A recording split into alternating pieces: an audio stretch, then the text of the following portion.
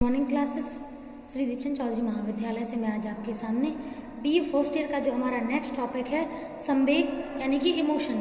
आज हम उसे स्टडी करने वाले हैं कि इमोशन क्या होते हैं। जैसा कि आपके सामने हमने दो हेडिंग यहाँ पे डाली हुई है। पहला है संवेग यानी कि इमोशन और दूसरी हेडिंग है आपकी फीलिंग यानी कि भाव। ठीक है, तो चाहे हम बात करें फीलिंग्स की या बात करें इमोशन की, आप नॉर्मल लैंग्वेज में हमें लगता है कि दोनों एक ही हैं, फीलिंग्स हो इमोशन हो अलग नहीं है, लेकिन इन दोनों का अस्तित्व अलग अलग होता है। क्यों? क्योंकि एक आंतरिक भाव, जो भाव है वो आंतरिक होता है और जो संवेग है वो बाहरी होता है। ठीक है, जैसे कि अगर आप बहुत परेशान हैं और आप अंदर से दुखी महसूस कर रहे हैं तो वो तो कहलाएगा भाव, लेकिन जैसे ही आप उस दुख वाले व्यवहार को अपने चेहरे से, अपने व्यवहार से दिखाना शुरू कर देते हैं तो वो आपको क्या कहलाता है? वो आपका होता है संवेग।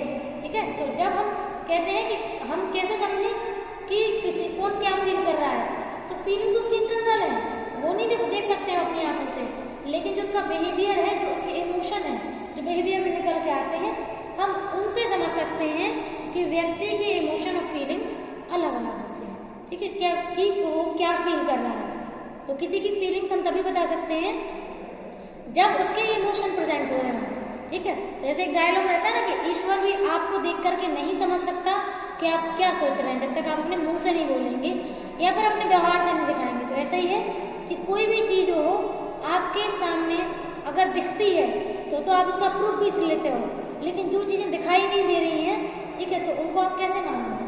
ठीक है, तो ऐसा नहीं वो चीजें होती नहीं, इंटरनली तो वो चल रही है, लेकिन वो बाहर दिख नहीं रही है तो उसको हम ऐसे मान भी नहीं सकते। ठीक है, तो ये अपना, तो अब इसमें हम बात करते हैं आपका क्या बोलते हैं इमोशन की। ठीक है, तो इमोशन, सबसे पहले इमोशन को समझते हैं कि इमोशन क्या होता है। ठीक है, तो इमोशन का मतलब है, इस इमोशन में पहले डेफिनेशन आपका है, जैसे जितने भी हम लोग प्रेम है, प्रसन्नता है, दुख है, गुस्सा है, ठीक है, इतना जो कुछ भी हम करते हैं वो क्या होता है हमारा? तो इमोशन ही तो है जो हम दिखा रहे हैं सभी को। जब हम प्रेम करते हैं तो अपने चेहरे से, अपनी बातों से शो करते हैं।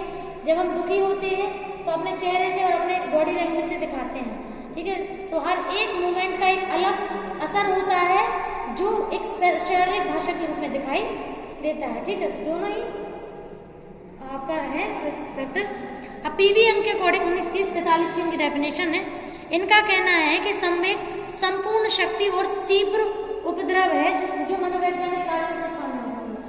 मतलब ये कहना चाह रहे हैं कि आपका इमोशन क्या होते हैं?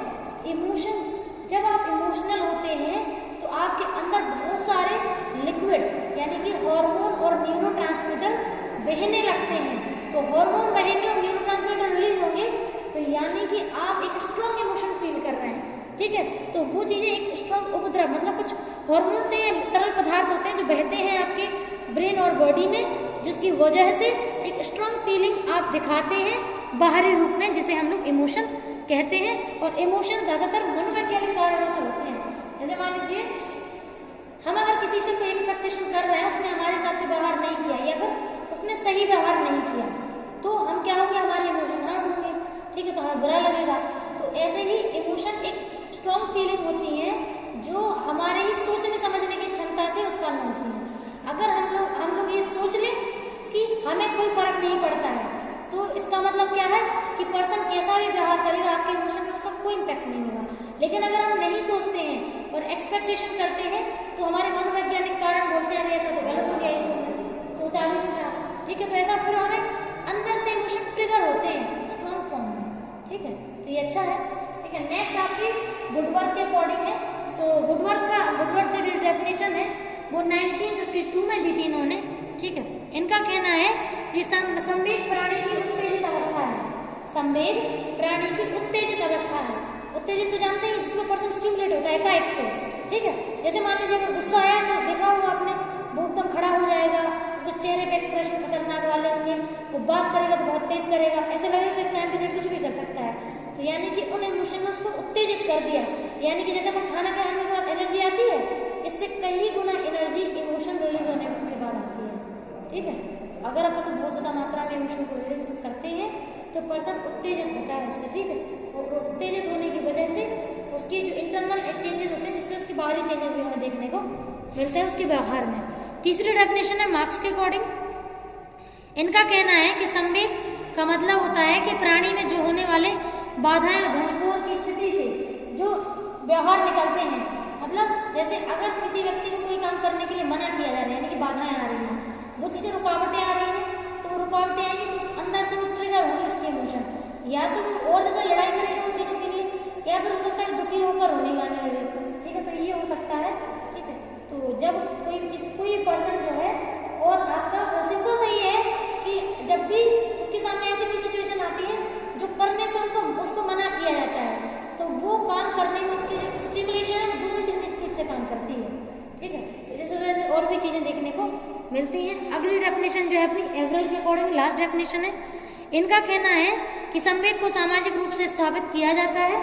ठीक है, मतलब जितने भी हमारे आसपास लोग हैं सामाजिक रूप में, वे व्यक्ति ही हमारे इमोशन को ट्रिगर करने में हेल्प करते हैं। ठीक है, मतलब संवेग क्या है? संवेग हमारा उस परिस्थिति को ट्रिगर करता है। सोशल के लोग मिलजुल करके हमारे इमोशन को ट्रिगर करते हैं, जिससे हमारे अंदर उत्तेजना उत्पन्न होती है। ठीक है, अब इसके बाद हम बात करते हैं विशेषताओं की। ठीक है, तो कैरेक्टरिस्टिक्स क्या क्या है आपके इमोशन की, तो हमने आपको बताया, याद रखिएगा, इमोशन एक्सटर्नल बिहेवियर होते हैं जो बाहरी रूप में दिखते हैं, और फीलिंग इंटरनल होती है जो हम देख नहीं सकते, लेकिन जो महसूस कर रहा है वो महसूस कर सकता है, लेकिन हम देख नहीं सकते अपनी आंखों से, जब तक वो इमोशन के रूप में हमको नहीं बदलेगा। ठीक है, तो ये है तो कुछ विशेषताएं। पहला है तीव्र उपद्रव का प्रभाव। तो आप सभी जानते हैं कि जब हम लोग जैसे भी नॉर्मल है, अभी अपन कोई दिक्कत नहीं है, ना अपन खुश है ना दुखी, कुछ भी नहीं, एवरेज चल रहा है, तो क्या होगा?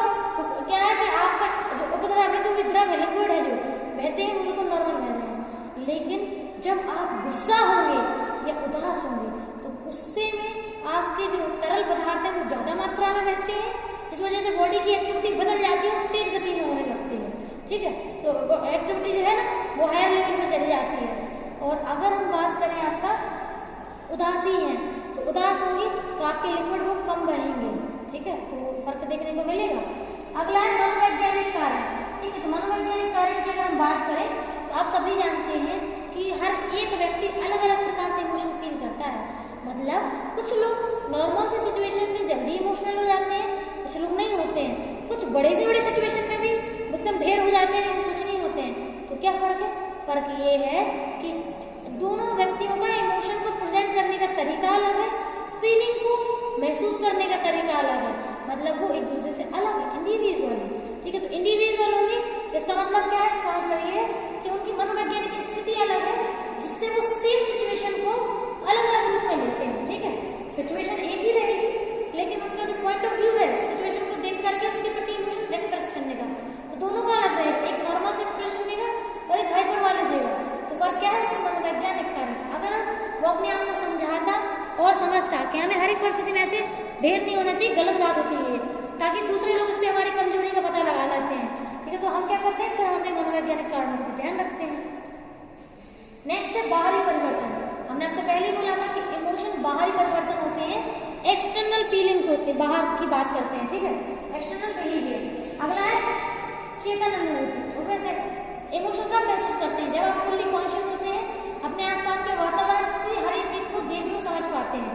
लेकिन आप अगर बहुत ज्यादा इमोशनल नहीं है, बिल्कुल जैसे मान लो सो रहे हैं आप, ठीक है, तो उस टाइम पे क्या आप इमोशन रिलीज करेंगे? बिल्कुल भी नहीं करेंगे। क्यों? क्योंकि उस टाइम पे आपको सेंसेशन ही नहीं हो रहा है। जब सेंसेशन नहीं होगा तो इमोशन कैसे कर लेंगे आप प्रेजेंट? ठीक है, तो ये है। और अगला है अधिकतम तीव्रता। तो ये बात सभी जानते हैं कि जब भी हम बात करते हैं अपने इमोशंस के प्रेजेंटेशन की, तो जब इमोशन प्रेजेंट होते हैं तो तीव्रता बहुत ज्यादा होती है। बहुत ही कम ऐसे इमोशन है जिसमें गति या तीव्रता कम होती है, जैसे उदासीन वाला जो है, स्ट्रेस में जो रहते हैं उनका हो गया। ठीक है, और जो शांत स्वभाव एकदम शांति ले लेते हैं वो, तो उसमें हार्मोनल चेंजेस कम होते हैं। लेकिन जो हाइपर एक्टिविटी वाले होते हैं, चाहे खुश होने वाले हो, चाहे दुखी होने वाले हो, ठीक है, चाहे गुस्सा वाले हो, तो इसमें एक्टिविटी बढ़ती है, कम नहीं होती है। ठीक है, तो तीव्रता ज्यादा रहती है। अगला है खतरों से सुरक्षा। तो हम तो पहले कहते हैं कि इमोशन तो सभी के अंदर है, लेकिन अब इमोशन को गाइडेंस किस प्रकार का मिला है वो मैटर करता है। सोचिए कि अगर बचपन से बच्चे को बहुत डरपोक बनाया जाए, हर एक इमोशन को एकदम टूट टूट के उसके अंदर भर दिया जाए, तो बड़े में छोटी छोटी सिचुएशन में घबराएगा। लेकिन अगर हम एक बच्चे का डेवलपमेंट ऐसे करें कि उसको सही और गलत दोनों चीजें साथ साथ बताएं, और साथ साथ लेकर के चले तो वो उन चीज़ों में जल्दी घबराएगा नहीं। क्यों नहीं घबराएगा? क्योंकि उसका जो मतलब एक तरीके से जो उसकी मतलब एक तरीके से जो उसका मनोवैज्ञानिक जो उसका संघर्ष है वो उसको उन चीज़ों से लड़ना सिखा देगा। लेकिन ये बात आप भी जानते हैं कि डर हमें जन्म से मिलता है, लेकिन अगर हम डर को मतलब सीखते नहीं हैं कि हमें किन किन चीज़ों से डर लगना चाहिए, कौन कौन चीज़ें हमारे लिए नुकसानदायक है, तो आपको अगर ऐसा डर नहीं है तो आपको जान जाने का पूरा खतरा है। क्यों? क्योंकि डर से हम अपने आप को सुरक्षित करते हैं। क्यों? क्योंकि जैसे ही हम देखते हैं कि हाँ ये चीज़ हमारे लिए नुकसानदायक है तो हम एक्शन लेते हैं। अगर हम डर महसूस नहीं करेंगे तो एक्शन नहीं लेंगे, और जब एक्शन नहीं लेंगे तो वैसा खेल खत्म हो जाएगा। ठीक है। अगला है दमन। हमें लगता है कि हम अपने इमोशंस को या अपनी फीलिंग्स को दबाते हैं तो हमारा क्या होता है, हमको खत्म कर रहे हैं। बिल्कुल नहीं, वो चीज़ें दुगनी स्पीड से बाहर निकल के आती हैं। क्यों? क्योंकि आप जितना प्रेशराइज करेंगे उन चीज़ों को दबाने में वो चीज़ें उतना ही बाहर निकल के आती हैं। लास्ट है आपका स्मृति हो गई, अपनी चिंतन है, कल्पना शक्ति है, प्रेरणा है और सेंट्रल नर्वस सिस्टम है। ठीक है, यानी ऑटोनॉमिक नर्वस सिस्टम। ये सारे भी योगदान देते हैं अपने इमोशन को दिखाने में। ठीक है, ओके, थैंक यू।